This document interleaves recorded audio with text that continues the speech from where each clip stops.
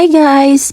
Almost na day akong papatrabaho diri sa balay. So mauni siya ko ang second project katas ng sahod nako diari kay Facebook. So mauni siya nagpawoling lang ko ug nagpatrabaho sa ako ang balkon.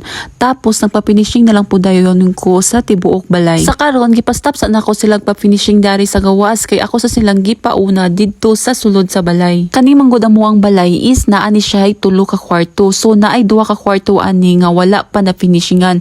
So mauni siya ang gipa-finishingan sa nako ug una. Naamang ko'y mga gamit diri sa una nga dili nako kaya alsahon mo tong gihulat sa nako nga makauli ako ang bana aya nako gipatrabaho diri. Kabalo ba mo?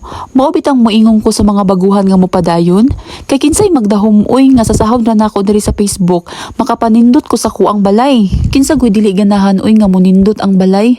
Iya ang pinakatsada pa gyud sa feeling kanang gadawat na ka sa imuhang sahod tagabulan. Mao nang ikaw nga gasugod og vlog karon nga nakakita aning ako ang video karon.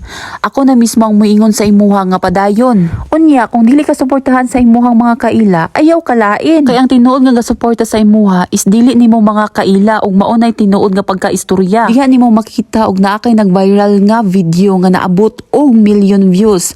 Kay ngano kana ding isa ka milyon nga itan-aw sa imuha, kaila din na nimo.